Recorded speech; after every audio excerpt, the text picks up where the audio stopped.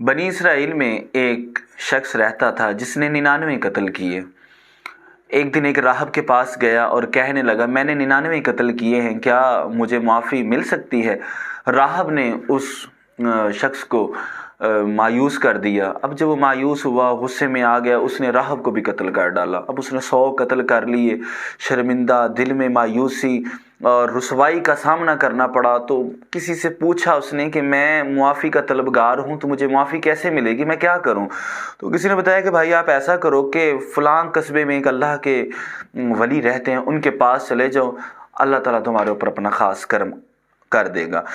اب وہ شخص اپنے گھر سے نکلا، تیار ہوا اور اس قصبے کی جانب چلنا شروع کر دیا۔ جب تھوڑا سا چلے، بیمار ہو گئے راستے میں۔ بیماری اس قدر ان کی بڑھ گئی کہ وہ موت کا وقت قریب آ گیا۔ جب اب نیچے گرے تو زمین پر گرنے کے بعد رینگنا شروع کر دیا، یعنی اللہ کے ولی کے پاس جانے والا جو رستہ تھا نا، اس پر اس راستے کی جانب رینگنا شروع کر دیا۔ خیر ان کی موت ہوگی، ان کا سینہ جو تھا وہ اس قصبے کی جانب رہ گیا۔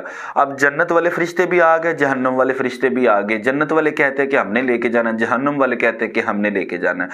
اب اللہ تعالیٰ نے زمین کو حکم دیا، جس جانب وہ جا رہا تھا قصبے کی، یعنی وہ جو اللہ کے ولی کے پاس جا رہا تھا، جو وہ والا فاصلہ تھا، اللہ نے اس فاصلے کو سمٹ جانے کا حکم دے دیا، اور اپنے جہاں گھر سے وہ نکلا تھا، جہاں پر وہ گر گیا تھا، وہ جو فاصلہ تھا اس کو طویل ہونے کا حکم دے دیا۔ اب وہ زمین بڑھ گئی، وہ جو زمین دوسرے والی تھی وہ فاصلہ کم ہو گیا۔ اب اللہ نے حکم دیا کہ یہ زمین کی آپ پیمائش کرو، دونوں فرشتوں کو، جنت والوں کو اور جہنم والوں کو۔ اگر وہ زمین اگر جہاں پر وہ جا رہے ہیں، اگر وہ زمین زیادہ ہوگی تو پھر یہ جہنم کا حقدار ہوگا، اگر وہ زمین کم ہوئی جہاں پر یہ جا رہا ہے تو پھر یہ جنت کا حقدار ہوگا۔ اب جب پیمائش کی گئی تو وہ جو جہاں جا رہا تھا وہ زمین ایک بالشت کم ہو گئی، تو حکم ہوا اس کو جنت میں لے جاؤ۔ اس کو جنت میں لے کے گئے۔ یعنی کہ اس سے ہمیں ایک سبق ملتا ہے کہ ہم اگر اللہ کے ولیوں کے پاس جائیں، اللہ ہمارے اوپر کرم نوازی عطا فرما دیتا ہے۔ وہ مالک کریم ہے، غفور ہے، رحیم ہے۔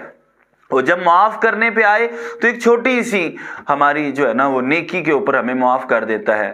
اللہ کے ولیوں کے ساتھ محبت کریں، ان کے ساتھ اپنا پریت والا جو بھی معاملہ ہے وہ ان کے ساتھ پکا رکھیں۔ اللہ ہمارے اوپر کرم نوازی عطا فرمائے اور ہمیں بھی اللہ کے جتنے بھی ولی ہیں ان کے فیوز و برکات سے آشنا ہونے کی توفیق عطا فرمائے۔